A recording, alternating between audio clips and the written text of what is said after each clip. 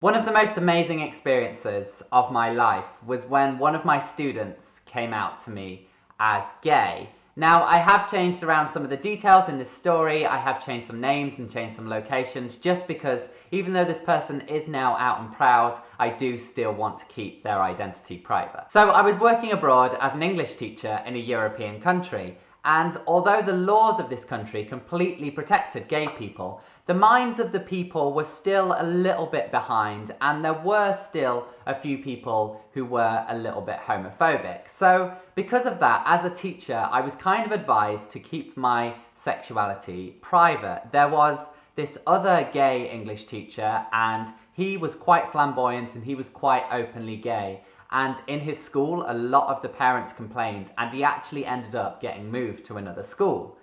But it just didn't feel right for me to keep my sexuality secret, especially because the kids would always start asking me questions and asking me if I had a girlfriend, things like that, and I just didn't feel comfortable lying to them. So whenever I arrived at a new school, I would always do a little introductory session with my new class, and I would always introduce myself and tell the kids a little bit more about myself. And because I was wearing an engagement ring, which I did keep on at work, it was kind of obvious that I was engaged, and I wanted to share that with my kids because they always inevitably ask. The older kids usually just kind of accepted this, but some of the younger kids were a little bit confused by it. They're like, what, you're not engaged to a woman? You're engaged to a man? And I'd be like, yeah. You know, some men love each other and some men get engaged to one another. And then they'd be like, oh, okay, cool. And that would be the end of it. And there would be literally no problem whatsoever. So I got this absolutely amazing class, one of the best classes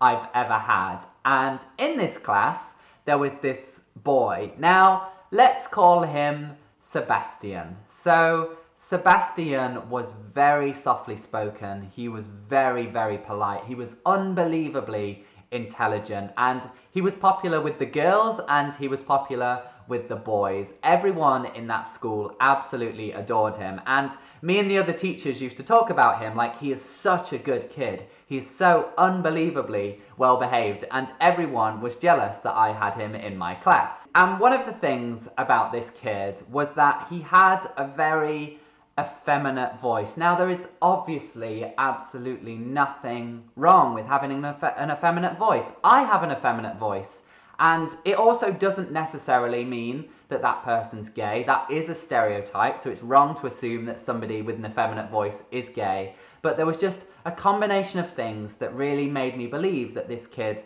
was probably gay.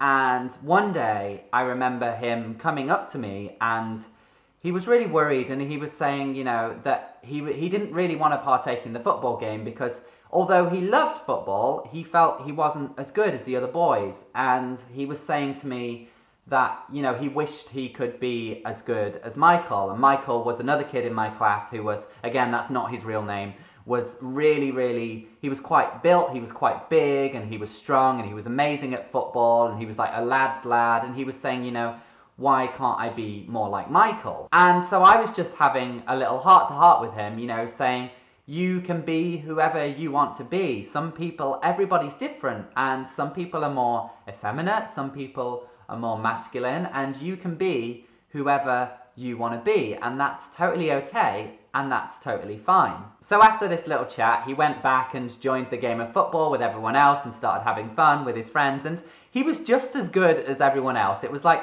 all in his head. He had this idea in his head that he had to be the best at everything. I think because he was such a good, intelligent kid, I think a lot of pressure were put on him, so he kind of always felt that he had to be the best at everything. But he was amazing at football, so honestly, I don't know what his issue was, but I'm glad that he talked to me, and I'm glad that he felt comfortable enough to open up about it. So after working in this school for a couple of weeks, I was being moved on again, which was completely normal. I was being moved to school all the time, like I was constantly being moved around. So this was completely normal and completely expected. And so we were putting on this like big final show. We always did this. It was like a big theatre production that we would put on for all the parents and things, and it would be done in the English language, obviously. So then after the show, we were all celebrating, talking to the parents, mingling, having fun, having a good time, and then none of us could find Sebastian. And we were a little bit worried because we was like, where on earth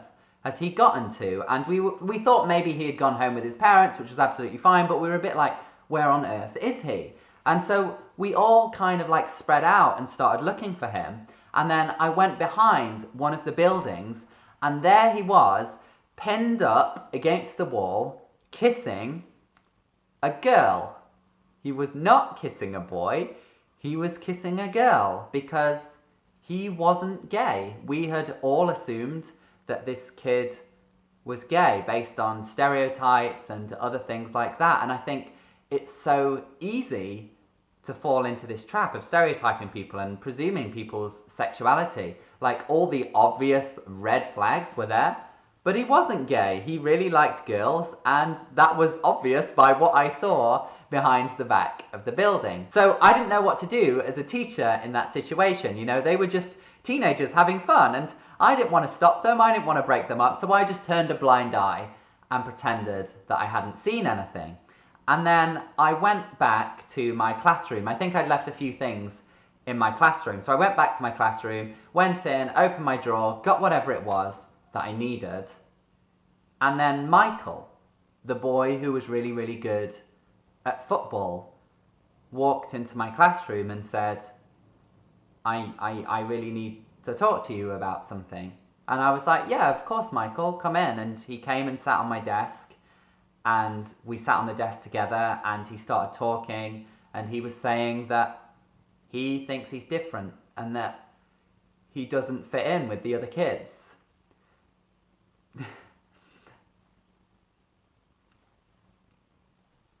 So,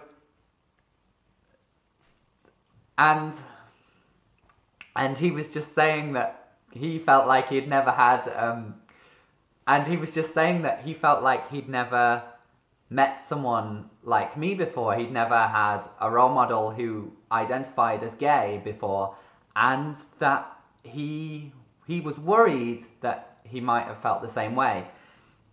And I remember just saying to him, like, you don't need to decide right now. If you think you might be gay, then maybe you are, and that's absolutely fine. There's absolutely nothing wrong with that. And I said, there may be people in this little town that you're living in that don't agree with that, but that does not make it wrong. You are a beautiful, unique individual, and you have the right to love whoever you want to love. You have the right to be attracted to whoever you want to be attracted to. So I gave this, I don't know if this was unprofessional or not allowed, or I don't know, but I gave this kid my email address, and I just told him, if you need anything, if you need anyone to talk to, please just reach out to me. Just drop me an email and I'll reply, I'll be there. And then he ended up leaving this country he was in, where he felt he wasn't accepted, and he went on to go to university somewhere else. Now, I'm not going to say where that place is, but it is known to be unbelievably gay friendly. So he moved on to study there, and then he came out, and he's out and proud now. And the other kid, Sebastian, totally not gay at all, went on to be a complete womanizer. And so I completely misjudged that, and you know what? That's what happens when you rely on stereotypes. So I just wanted to share that story with you guys, not just because it was a beautiful little exchange between a teacher and a student, but also because honestly, that is one of the experiences that helped define me as a person. And I think it even helped me to understand more about my own sexuality and to be even more comfortable. And to be honest, I think it kind of is one of the things that made me want to do things like YouTube and work with LGBT plus charities, because I just know that there are so many other students out there like this one, and I just want all of them to have somebody that they can look up to. And all of this, like, teachers shouldn't be open about their sexuality, just shut up. Like, kids need LGBT plus role models, and teachers are more than good enough to be those people. So yeah, that is my little story. I really hope you enjoyed that. Do give this video a big thumbs up if you did. Do leave me a comment down below, and do subscribe if you are new to this channel, and I'll see you guys very, very soon. See ya!